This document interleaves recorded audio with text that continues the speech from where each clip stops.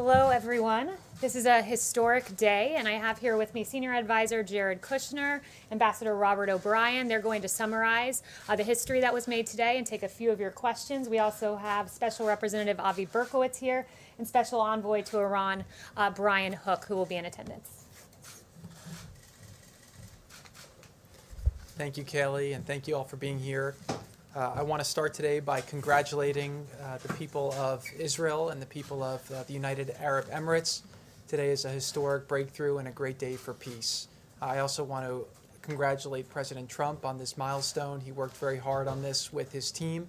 We worked with Prime Minister Netanyahu and the Crown Prince Mohammed bin Zayed, who really are two visionary leaders who made a big step forward today to really change the region.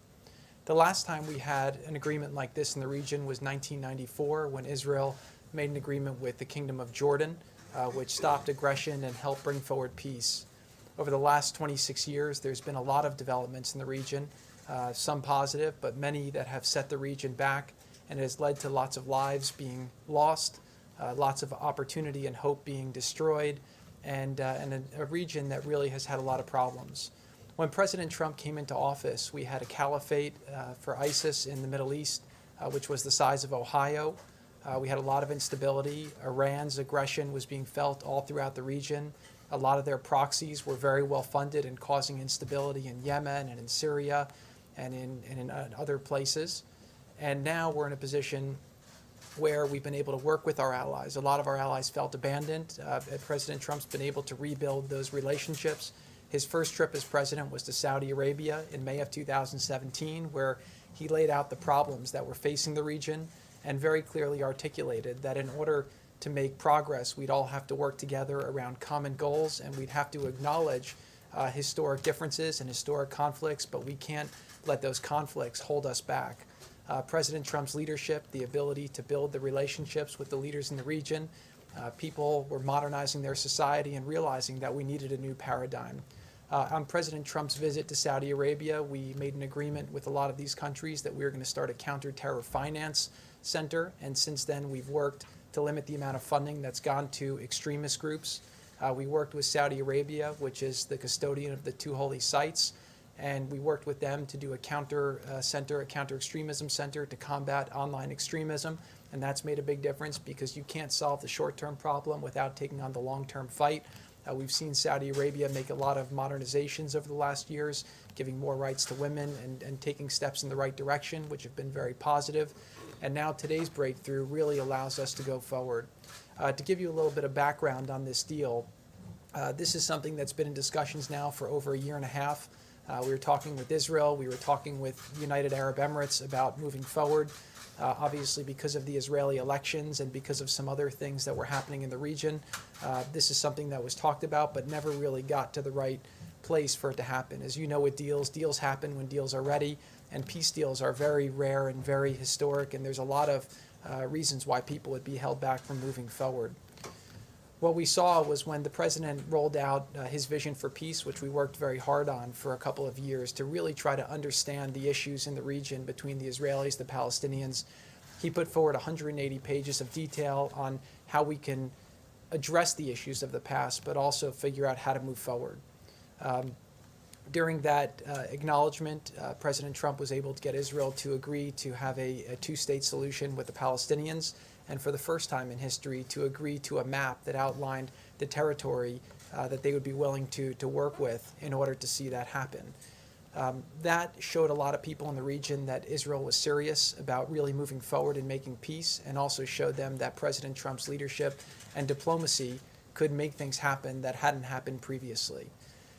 What happened is, as Israel was discussing with us, providing, taking Israeli law and sovereignty to areas of the West Bank and applying it.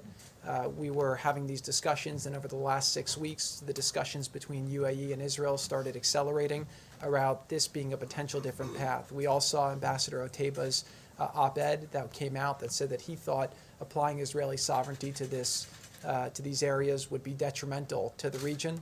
And a new course, a new option was created that was discussed that ultimately both countries thought was a much more viable option to go forward. Israel's agreed to suspend those efforts at this time, And as a result, we're going to focus on bringing these two countries together. This is really a historic breakthrough, and it shows that President Trump's leadership from the Riyadh speech till today, you see a much different Middle East than what he inherited, and hopefully there's a lot more good things to come. This is an icebreaker between these two countries. This is the first Arab country to normalize relations with Israel in a long time, 26 years since Jordan. And what we're going to hopefully see from there is more countries start to do the same.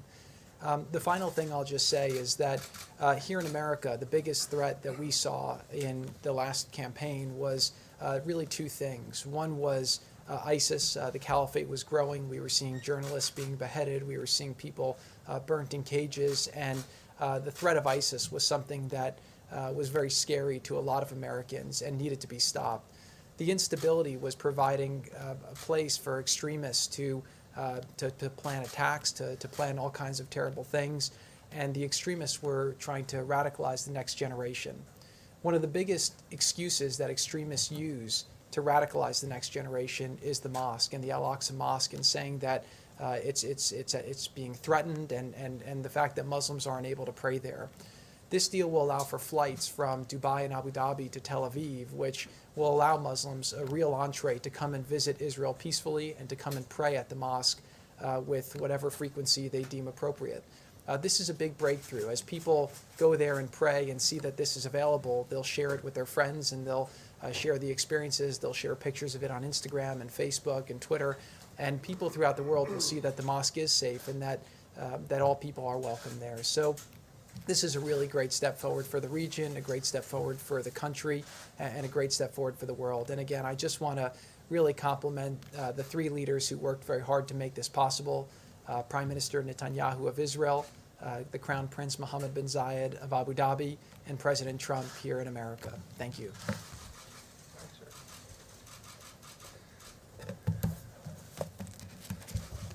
So thank you to Jared for that summary, and it's been extraordinary work by a number of fine diplomats working under President Trump's leadership to arrive at today's outcome. Jared Kushner has been at the forefront of those efforts. Avi, Brian Hook, and others have put in just tremendous work under the president's direction to get where we are here today. And I know, Jared, you don't have a diplomat title, an ambassador title, but we don't have a finer ambassador, especially in the region, than Advisor Kushner. So thank you for those remarks and for the really incredible effort. I want to start by congratulating today the President of the United States, the Prime Minister of Israel, Bibi Netanyahu, and Crown Prince Mohammed bin Zayed.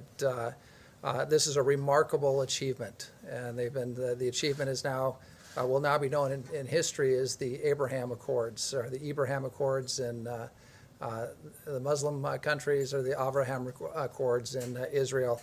It's something very special. It's something that doesn't happen very often. Very few of my predecessors as National Security Advisor have been able to come to this podium to announce a peace deal in the Middle East. It's a very rare thing. As I said earlier in the Oval Office today, the President is going to be known in history as one of the change makers and one of the remarkable leaders in the Middle East, and that's not something that you may have thought of when he came into office. But one of his very first steps was repairing our relationship with Israel, which had been badly damaged, especially in the last month of the prior administration. The president did something that was unheard of. Many presidential candidates going back 2 decades had promised if they were elected, they would move the United States Embassy in Israel from Tel Aviv to Jerusalem. President Trump had the courage to do it, and he developed wonderful credibility and a reservoir of goodwill in Israel. He recognized the Golan Heights as being Israeli territory and took those away from a very what could have been a very destabilized situation that we've seen develop in Syria. He destroyed the physical caliphate of ISIS, which Jared had said was the size of Ohio. It stretched across the Middle East, and terror reigned because of the caliphate. He brought justice to al-Baghdadi, who had killed so many Americans, Sotloff and Mueller and Kasich and Foley. He'd put maximum pressure on Iran and cut off much of the terrorist funding that was going to proxy wars in Yemen, in Hezbollah in Lebanon, in Syria, and throughout the region. And today we have the Abraham Accords. And he's brought peace to the Middle East, at least peace between the UAE and Israel. And what I have said is the president is often known as the greatest deal maker, and he wrote the book, The Art of the Deal, and he's considered a great, great deal maker, which he is. But I think history is going to remember the president for being a great peacemaker. He brought peace to Israel and the UAE. He has signed his diplomats signed a historic accord in Afghanistan. And I want to remind people that we haven't had an American casualty in combat in Afghanistan since February 29th. He used his offices and his pressure to stop Idlib from being overrun in Syria, and brought a ceasefire agreement when Turkey had invaded northern Syria. A lot of people said that when he came into office that there'd be war in North Korea, but through personal diplomacy, has kept that situation from turning into a kinetic event. So it's really remarkable, I think, when you step back and take a look at what this president has done on the peace front. And it wouldn't surprise me. It'll take some time in this environment, but it wouldn't surprise me if the president's eventually nominated for a Nobel Prize for today's work is an example of why he would be rightly considered and should be a front runner for the Nobel Peace Prize. So I also want to compliment the courageousness of Mohammed bin Zayed, the Crown Prince. You know, there have been two other great Arab leaders, King Hussein in my lifetime, King Hussein and Anwar Sadat, who made peace with Israel. And now Mohammed bin Zayed enters that pantheon of great, courageous Arab leaders. And I want to compliment Prime Minister Netanyahu in Israel, who was under tremendous pressure to extend Israeli law and sovereignty to portions of the country, but has stepped up against that political pressure to make peace, something that may have been politically popular, but he put the interest of his country and his people first. And so I think we've got some very courageous leaders that worked with the president to come to today's tremendous historic accord. Stepping back from what does this mean beyond the historic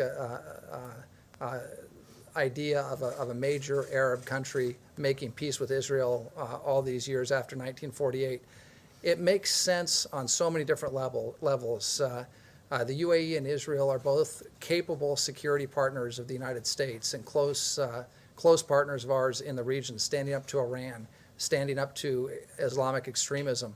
The peace agreement between these two countries will encourage and foster cooperation in those efforts.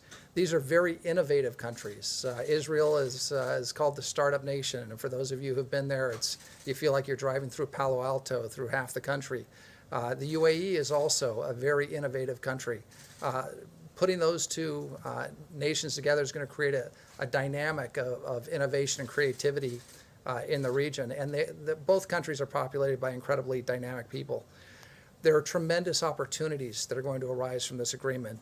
Jared talked about the idea of Arab pilgrims and Muslim pilgrims going to the Al-Aqsa Mosque, going up to the Mount and having the opportunity to pray in peace in Israel. As you know, the president has made religious freedom, especially religious freedom in the Middle East, a centerpiece of his foreign policy. And this is a great step towards fulfilling the idea that the three great faiths that came from the Holy City, Christianity, Judaism, and Islam, will be able to pray and interact peaceably together in that beautiful city of Jerusalem. Tourism, with Abu Dhabi and Dubai and the other Emirates have become meccas for tourism, especially before the Chinese virus, the COVID virus. Israel is a great land for tourism. That'll expand trade between the UAE and Israel, which both have incredible economies. And again, as we recover from COVID, this agreement will help the economies of those countries and the countries in the region expand. And I think you're going to see an increase in jobs in all three countries as a result of these accords. With respect to the peace process overall, we've got a great team. That team is going to be fanning out. We're going to be working the phones. We're going to be in the region. And we believe that there are other countries waiting in the wings that are going to watch and see how the tremendous response to the courage of Prime Minister Netanyahu and the Crown Prince have been received by their people and by the world. I mean, I've already been on the phone with a number of European counterparts who have called to congratulate us for our role in this accord, but some of whom are astounded that this took place. And we also think that this could lead to a great deal for the Palestinian people. It's a people that the President of the United States, President Trump, has not forgotten. And he's endorsed a two-state solution. He wants to see the Palestinian people in a prosperous country of their own. And the groundwork has been laid for that. So I think we'll be working very hard on those efforts in the coming months and year. So again, today's a great day. It's a great day for the people of the UAE. It's a great day for the people of Israel, for their leaders. And it's also a great day for the United States of America as we played a role that we've traditionally played throughout the world in coming in to mediate in difficult situations and achieve peace and achieve prosperity for our friends and neighbors. And again, I'm honored to be a part of the President's team on this. And again, we'll end with congratulations to the President for his leadership, and again to Prime Minister Netanyahu and Crown Prince Mohammed bin Zayed. Thank you very much. Start with Steve. Israel agreed to suspend its annexation plan on the West Bank. So the suspension will last. It's going to take a while for these agreements to get fully enforced and to go. And I think that right now the focus that Israel is going to be applying is towards building this relationship. The opportunities that are now created because of this, from an investment point of view, from an innovation point of view, from a health point of view, from a tourism point of view, and most importantly to both countries from a security point of view, are very robust. And I do believe that for the foreseeable future, you're going to see both countries focusing on that. I also think that Israel sees a lot of exciting opportunity in doing what's being done today with other Arab and Muslim countries as well. So that's really going to be the focus as to where we're going to be working with them. And one thing I also want to do is acknowledge the tremendous team that's worked on this to date. Obviously, Secretary Pompeo has been leading the efforts. The Vice President's been very supportive. And then obviously Avi Berkowitz and Brian Hook have been just tremendous along the way, both to get to today and also in the steps that will likely come forward. So. Jared, this is already, you guys are touting this as a good step forward, but the Palestinian officials are already out criticizing it. If they aren't on board, how is this a good peace deal right now? Right. So look, they have a fairly predictable response that we've seen time and time again to all types of things that help make their people's lives better. Let's just focus on the facts of what's happening, and let's focus on how to push things forward. We laid out a 180-page, very detailed plan that we got Israel to agree to negotiate on the basis of, that invests $50 billion into their economy, that allows them to double their GDP over 10 years, that can create 1 million new jobs, help their people have a much better standard of life. We also got Israel to agree to have them have self-determination, have a secure environment, and then in addition to that, figure out how to create the right land outcome where we can go forward. So, look, I think that a lot of people in the region are seeing that we can't wait for the Palestinian leadership to try and resolve this. Every country is going to do what's in their best interests, what's in the region's best interests, and we have big problems in the world, and we can't be stuck in the past. We have to be moving forward. Now, I will just say that a big part of what motivated the UAE to move forward at this time and take the risk that they're taking is the notion that they didn't want to see Israel take the provocative action of applying sovereignty to areas of the West Bank, which hopefully allows more space to the Palestinian leadership to come to the table and make a deal. So I don't know if it will happen tomorrow. I don't know if it will happen next month. I don't know if it will happen next year. But at some point, I always learned with deals that there's a thing called gravity. And right now you're in a situation where Israel has said that they're open to making peace. A lot of people in the region have supported the vision that the president laid out. One thing you've seen with the president, he's a deal-making president, right? And part of being a deal-maker is not always showing your cards. Again, we were able to hold this quiet until this morning when we announced it. The president's had a very robust strategy for the Middle East that we've been executing piece by piece, day by day. And we've seen things have been getting better, problems have been getting resolved. The president's been taking things off the table, slaughtering sacred cows that were holding people back. And so if you kind of look at the snapshot today and you look back at the snapshot of where the president was when he started, you have a much different Middle East, and that's not by accident. So I believe over time we're going to continue to ask ourselves two questions with that conflict. Number one is, are we doing things that allow Israel to be more secure versus less secure for the Israeli people? That's America's strongest ally in the region. With this step, actually, UAE joins a very exclusive club and becomes, really one of America's closest allies in the region. And then number two is, are we taking steps that allow the Palestinian people to live a better life? And so, there's a lot of people who find historical traps where they can find excuses not to move forward. But President Trump is focused on creating a bright future, focused on progress and making people's lives better. So I will just say today that this is a big breakthrough. This is something that's public. We have a lot of things that are happening privately right now that are quite excited. And I do believe, again, that over the next years, if the president is able to keep going forward, you're going to see some historic changes in the region that will really make the world a much safer and better place. Thank you. Thank you, Jared. Appreciate it. Just actually want to ask you, Advisor O'Brien, you mentioned Anwar Sadat, and I'm just curious, do you see or envision sort of a Sadat, Reagan, Carter picture, a moment like that for the leaders? Because that's something I think people remember. I want to say it was 79, but going all the way back then. Right. No, I think we will have a formal signing ceremony at the White House, and we'll have to see who comes from the various countries. But I would expect that Prime Minister Netanyahu will be here, and either the Crown Prince or one of the other princes would likely be here in Washington.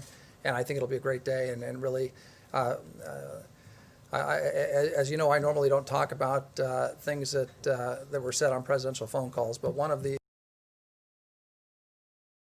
leaders said that we've had a tough 2020, and this is like the best news of the year. It really is good news. It's a great news story for the American people, and it's been great to see how the press has reacted in a somewhat polarized time. I think this is one of those stories that everybody, regardless of your political stripes or on that sort of thing, everybody's excited about the fact that a Muslim Arab government is making peace with Israel. Big day, and we'd love to host them here at the White House. I think the president would very much like to host them, and so I think we'll have an event at some point in the not too distant future. And Jared, if I could follow up on something that you mentioned earlier, you talked about visionary leadership, not just in the region, but in general, including the president, to make something like this happen. He seemed actually fairly positive, albeit maybe cryptically, that maybe something soon could happen again to keep this inertia going with perhaps another country. Is it your sense that, yes, there's a good chance that we could have a similar announcement here in the next, say, 90 days, 80 days? I do think there's a very good chance. Now, one thing I'll say about the president is that one of the things you see in great leaders is a sense of optimism, and the president is a great leader for the country because he always wants to put forward a positive front and get people to do more than they're capable of doing and help people achieve things that people don't think is possible. And so his optimism is one of his great traits as a leader. I will say here that we have had several discussions. Obviously, we kind of stopped those discussions because this one looked like it was going, and it was very important to the United Arab Emirates to be the first. They wanted to make history and do it, but we do have several more that we've had discussions with, and now we'll continue those discussions to see if we can continue to move forward more. Look, at the end of the day, it's an inevitability, right? People in the world want to move forward. The Middle East has to stand on its own 2 feet. We have some great allies there. We'll continue to work with them and help them, but we'd like to see a security architecture and an economic architecture there where people have the safety and ability to